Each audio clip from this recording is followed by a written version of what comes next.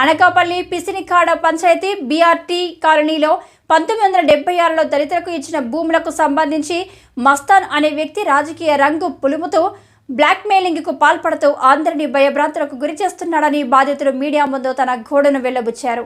తమకు మా పూర్వీకుల నుంచి వారసత్వంగా వచ్చిన 40 ఎకరాల భూముల్లో 24 మంది రైతులు ఉంటున్నారని, అందులో సరుగుడు, జీడి తోటలు వేసుకుని దానిపై వచ్చే ఆదాయంతో జీవనం సాగిస్తున్నామన్నారు. అయితే రాష్ట్ర ప్రభుత్వం గత కొద్ది రోజుల క్రితం ల్యాండ్ పూలింగ్ పేరుతో తమ స్థలాలను తీసుకుని మొక్కలను తొలగించడం జరిగిందన్నారు. మా వద్ద తీసుకునే స్థలాలకు సంబంధించి ఎటువంటి నష్టపరిహారం ప్రభుత్వం అందజేయకపోవడంతో తిరిగి తమ భూముల్ని స్వాధీనం చేసుకోవడం జరిగిందని తెలిపారు. తమ భూముల్లో చదును చేసుకుంటుండగా మస్తాన్ అనే వ్యక్తి బ్లాక్మెయిల్కు పాల్పడుతూ లేనిపోని దుష్ప్రచారం చేస్తున్నాడని వెల్లడించారు. తమ భూమికి రాజకీయ నాయకులకి ఎటువంటి సంబంధం లేదని, తమ భూములపై అనవసరమైన రాద్ధాంతం చేయొద్దని దళితులందరూ వేడుకున్నారు.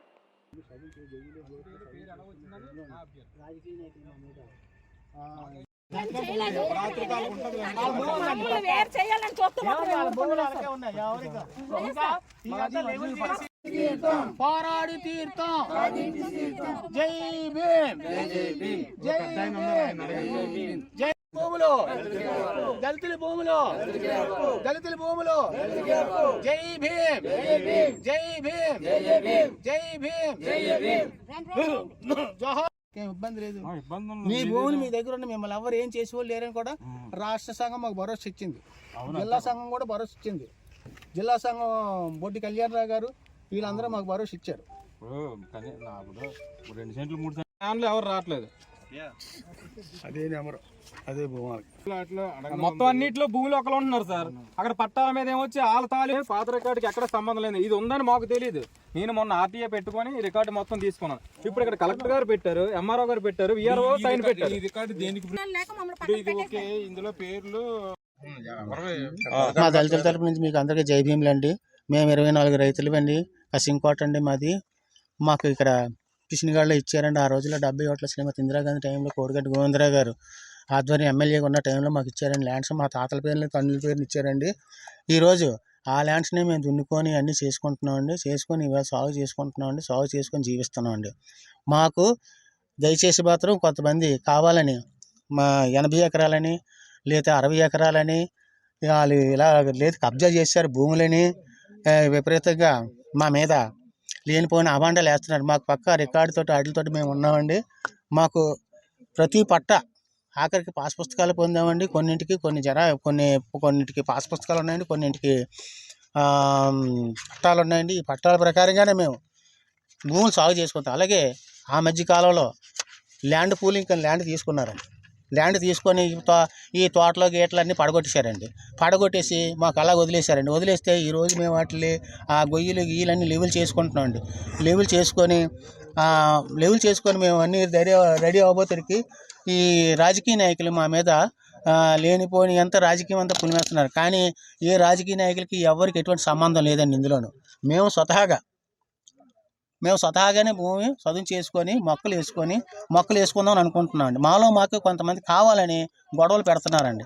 దయచేసి మీరు కూడా ఈ విషయంలో విలేకరులు కూడా ఈ విషయంలో ఆలోచించి మా కడుపు మీద కొట్టుకుంటూ చూసేటట్టు చేస్తారని మిమ్మల్ని మా అంబేద్కర్ యూనియన్ తరపున జై భీమ్ అని మిమ్మల్ని మరీ కోరి వేడుకుంటున్నామండి. ఇది విలేకరుల సోదరులందరికీ నా నమస్కారాలు.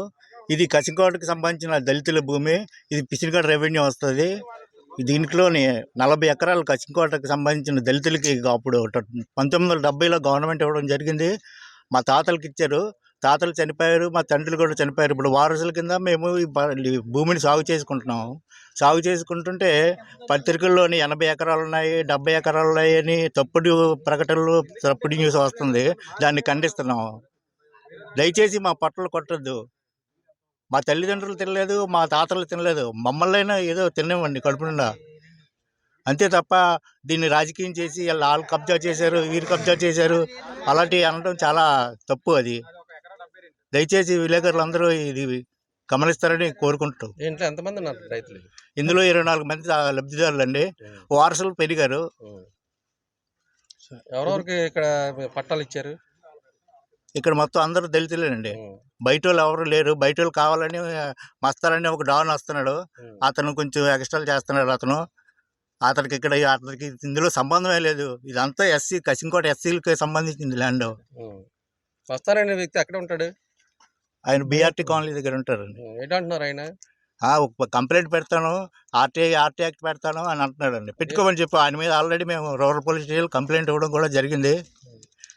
కంప్లైంట్ చూసి ఆయన పారిపోతున్నాడు. ఇది మొత్తం ఎన్ని ఎకరాలు? ఇది మొత్తం 48 ఎకరాలండి. 40 ఎకరాలు. మరి 80 ఎకరాలు ఇది సాగు చేశారు.